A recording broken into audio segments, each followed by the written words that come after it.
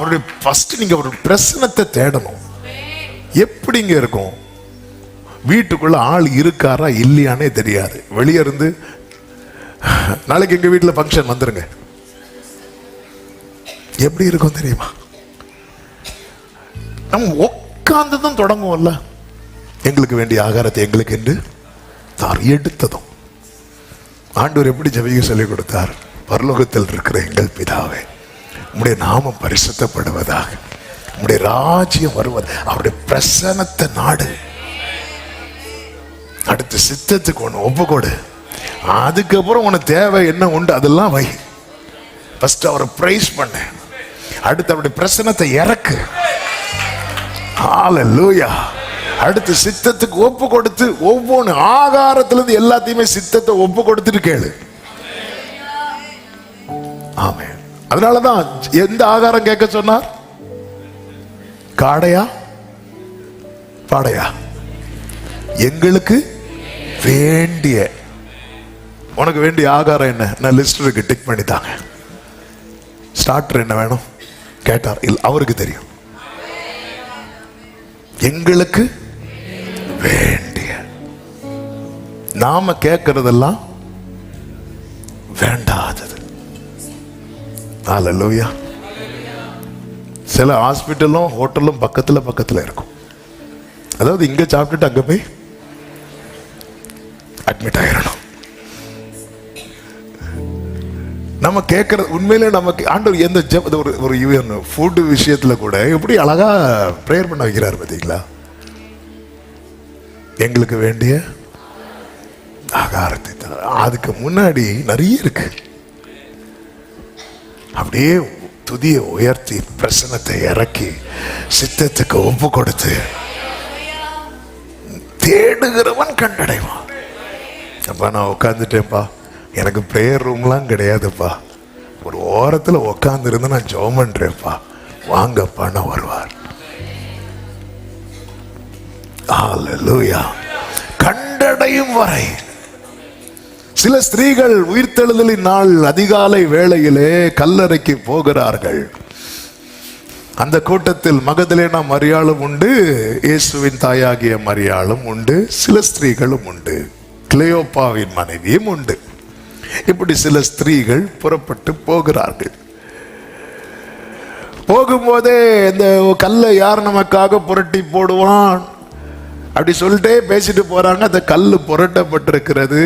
அங்கே ஒரு தூதன் இருந்து சொல்லுகிறான், அவர் இங்கே இல்லை, அவர் உயிர்த்தெழுந்தார் என்று சொல்லுகிறான். இந்த செய்தியை என்ன பண்றாங்க அப்படின்னா, ஓடி போய் சீஷர்கள்ட்ட சொல்றாங்க. சீஷர்களில் யோவானும் பேதுரும் வந்து பார்த்துட்டு இல்லைன்னு தெரிஞ்சதும் திரும்பி போயிட்டாங்க. ஆனா மகதலேனா மரியாள் மட்டும் நின்று அழுதுட்டே இருக்கிறான். ஏன்னா அவ எதுக்கு வந்திருக்கிறா தெரியுமா? பார்க்கிறதுக்கு வந்திருக்கிறான். அதனால அவள் பார்க்காம போறேனே, நான் அதிகாலையில எழும்பி ஆயத்தமானதெல்லாம் அவரை பார்க்கணும்னு தானே, அவருக்கு செய்ய வேண்டியதை செய்யணும் தானே.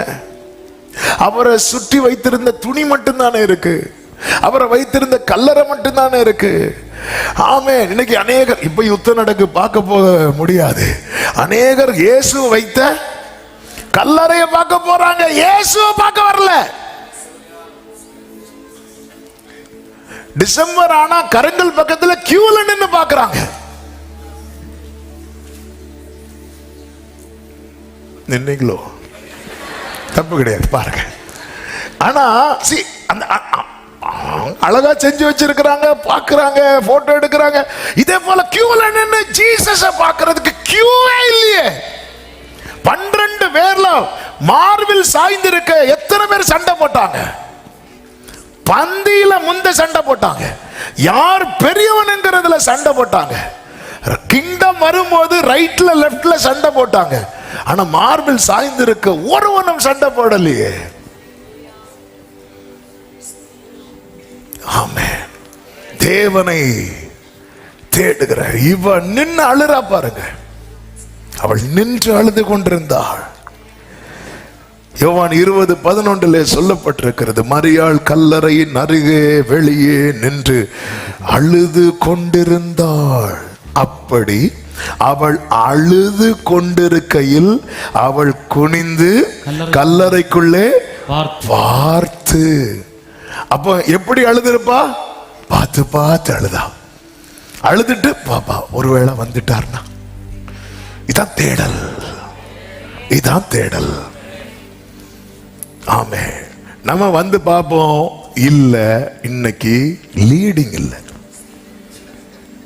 இன்னைக்கு ஜெபிக்கிறதுக்கு லீடிங் இல்லை. ஆண்டவர் வருகையில சொல்லுவார், எனக்கு உன்னை கூட்டிட்டு போறதுக்கு லீடிங்கே இல்லை. ஆமே, அவ நின்று அழுவா. டி பாப்பா இப்ப பார்க்கும்போது அங்க 2 பேர் உட்கார்ந்து இருக்கிறாங்க. 12வது வசனத்தை பாருங்கள். இயேசுவின் சரீரம் வைக்கப்பட்டிருந்த இடத்திலே வெள்ளுடை தரித்தவர்களாய் 2 தூதர்கள் தலைமாட்டில் ஒருவனும் கால் மாட்டில் ஒருவனுமாக உட்கார்ந்திருக்கிறதை கண்டாள். அவர்கள் அவளை நோக்கி, ஸ்திரீயே ஏன் அழுகிறாய் என்றார்கள்.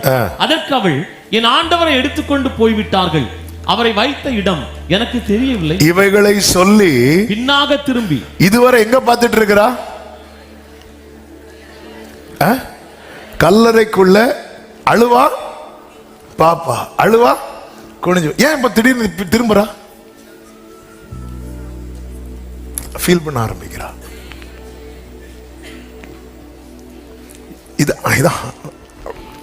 அப்படி ஃபீல் பண்ண ஆரம்பிக்கிறா. அந்த அட்மாஸ்பியரே சேஞ்ச் ஆகுது. ஜீசஸ் வரும்போது உங்களால உணர முடியும், உங்களால ஃபீல் பண்ண முடியும். நீங்க எந்த சிச்சுவேஷன்ல எஸ் இப்ப நான் தனியா இல்ல, யாரோ. அதான் இயேசுவை பத்தி யோவான் ஸ்நானன் பேசிட்டே இருக்கிறான் பாருங்க. பேசிட்டே இருந்தேன் சொல்றேன், நீங்கள் அறியாது இருக்கிற ஒருவர் அங்க இருக்கிறார், அவர் வருவார், எனக்கு முன்னிருந்தவர் பின். அப்படி இப்படி பேசிட்டு இருக்கும்போது ஜீசஸ் அந்த கூட்டத்துல வந்து சைலண்டா அப்படியே நிக்கிறாரு. அப்படியே அவன் அதை ஃபீல் பண்றான். ஏன்னா யோவானுடைய தேடலே வார்த்தை தான். வார்த்தையை தேடுகிறவனுக்கு மட்டும்தான் அதை ஃபீல் பண்ண முடியும். இதுவரை குனிஞ்சு குனிஞ்சு கல்லறைக்குள்ள பார்த்துட்டு இருந்தவா 2 தூதர்களை பார்க்கிற. தூதர்கள் எங்கதான் நிக்கிறாங்க? இப்ப நம்ம தூதர்களை பார்த்துட்டோம்னு வைங்களேன், எப்படி இருக்கும்? சிலருக்கு தூதர் கூட வேண்டாம், தூதர் போட்டு போன சிறகே போதும், அதை வச்சே காலத்தை ஓட்டிடுவாங்க. இவளுக்கு தூதரை பார்த்த ஒரு எக்ஸ்பிரஷனை காட்டுறமா? நீ மனசாட்சியே இல்லையா? ஒரு பிரைஸ் லாட் கூட சொல்லல. தூதர்கள் உட்கார்ந்து இருக்கிறாங்க, கால் மாட்டுல தலை மாட்டுல. பேதுரு யோவான் இதுக்கு முன்னாடி வந்து பார்த்துட்டு போறாங்க. தூதர்கள் இருந்தாங்களா? இல்ல. இவ அழுகைய பார்த்து 2 தூதர்கள் ஆண்டவர் விடுறாரு. நிக்கல அழுக, எனக்கு அவர் தான் வேணும். ஏன்னா இயேசு உயிர் தெழுந்து யாரை தான் ஃபர்ஸ்ட் பார்க்கணும் தெரியுமா? பிதாவை பார்க்கணும். பிதாவை பார்த்துட்டு திருப்பி வரணும். அதனால இயேசு என்ன பண்றாருன்னா 2 தூதர்களை விட்டு, சொல்லுமா சொல்ல, அவன் அழுகையை சால்வ் பண்ணுங்க. எங்க சால்வ் பண்றதுக்கு? அந்த அம்மா சிலர் ஆள ஆரம்பிச்சுட்டாங்கன்னா தூதனே இறங்கினாலும். ஆமே, தூதர்கள் கொஞ்சம் பார்த்துருப்பாங்க. ஒருவேளை நம்ம தான் எடுத்துட்டு போகணும்னு நினைச்சு இந்த அம்மா கல்லை மூடி நமக்கு இந்த கல்லறையில கதைய அவங்க ஜோமன் ஆரம்பிச்சிருவாங்க. ஏசப்பா வந்துருங்க, நம்ம கதை. ஆமே, என் ஆண்டவரை காணல, எனக்கு தெரியல, அவரை வைத்த இடம் எனக்கு தெரியல. ஆனா எனக்கு பார்க்கணும். எனக்கு தெரிஞ்சது இங்கதான் நான் வந்தேன். இல்ல, என் கூட இருந்தவங்க எல்லாம் போட்டோம். இவளும் போயிட்டு திருப்பி வரா. ஏன்னா பேதுருட்டெல்லாம் இன்ஃபார்ம் பண்ணிட்டு வரா. நான் அழுதுட்டே இருக்கிறா. இவைகளை சொல்லி பின்னாக திரும்பி இயேசு நிற்கிறதை கண்டாள். இயேசு அவளை பார்த்து, ஸ்திரீயே ஏன் அழுகிறாய், யாரை தேடுகிறாய்? இன்னும் அவளுக்கு புரியல இது ஜீசஸ். ஆனா அவளால ஃபீல் பண்ண முடியுது.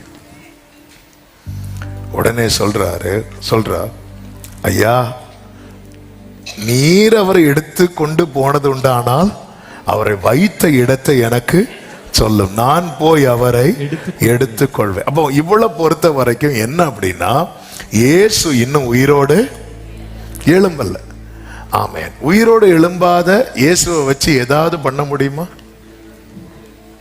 முடியாது. அப்போ இவளை பொறுத்த வரைக்கும் இப்போ இயேசுவால இவளுக்கு ஒண்ணுமே செய்ய முடியாது. இயேசுவால அவளுக்கு ஒண்ணுமே செய்ய முடியலைன்னாலும் இயேசு வேணும்னு சொல்லி அழுறா. பார்த்தீங்களா?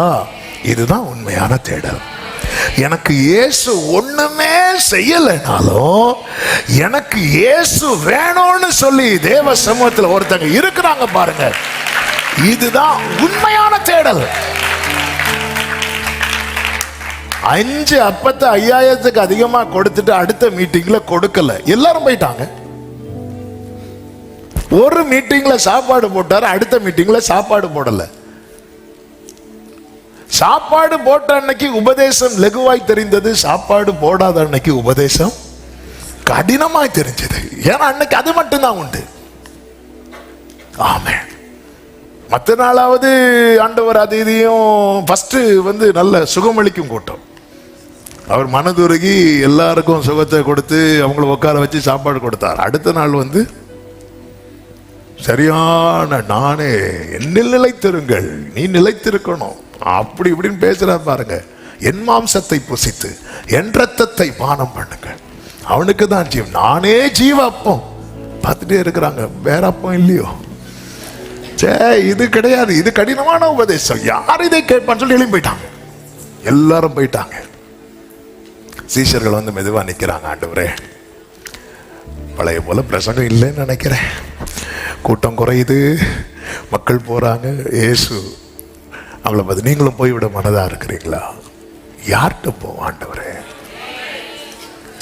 அப்போ அற்புதம் நடக்கும் போது அவ்வளோ பேர் வராங்க. இயேசு அடிபட்ட போது ஒருத்தருமே இல்லை. இயேசு அடக்கம் பண்ணப்பட்ட போது யாருமே இல்லை. அப்படியும் ஒருவள் அழுது கொண்டிருக்கிறார். சீஷர்கள் அழுது கொண்டிருந்தார்கள் இல்லை, அவங்க பயந்து கொண்டிருந்தார்கள். ஆனால் மகதலேனா மரியாள் அவரை மிஸ் பண்றேன்னு சொல்லி அழுதுட்டு இருந்தா பாருங்க. அவளுக்கு கர்த்தர் தம்மை காண்பித்தார். அவரை கண்டடையும் வரை.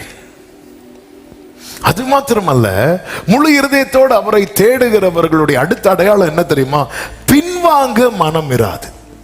பின்வாங்க மனம் இராது. இதேதான் இதற்கு கூடவே நான் சேர்த்து சொல்ல விரும்புகிறேன். உன்னத பாட்டின் புஸ்தகம் 3வது அதிகாரத்திலும் 5வது அதிகாரத்திலும் இந்த சம்பவங்களை பார்க்க முடியும். 3வது அதிகாரத்தின் 1வது வசனத்தில் நீங்க பாத்தீங்கன்னா, காலங்களில் என் படுக்கையிலே என் ஆத்தும நேசரை தேடினேன், தேடியும் நான் அவரை காணவில்லை. அடுத்த வார்த்தையை பாருங்கள், நான் எழுந்து. அவ்வளவுதான், தேடி பார்த்தேன். அதாவது சில பிரேயர் நம்ம அப்படி படுக்கையில் இருக்கும் போதே பிரேயர் பண்ணும் போதே நமக்கு ஃபீல் ஆகும், ஆண்டவர் கேட்டுட்டு இருக்கிறாரு. ஆமாம், சில நேரத்தில் படுக்கையிலேருந்து என்ன புரண்ட ஜோம் பண்ணாலும் கேட்காது. உடனே சரி இன்னைக்கு ஓடலை, அவ எழும்புறா, அப்படிலாம் தூங்க முடியாது. ஆமென், ஹல்லேலூயா, ஜீசஸ். இந்த தேடலுக்குள்ளே வருகிறவர்களை கர்த்தர் தேடிக்கொண்டிருக்கிறார்.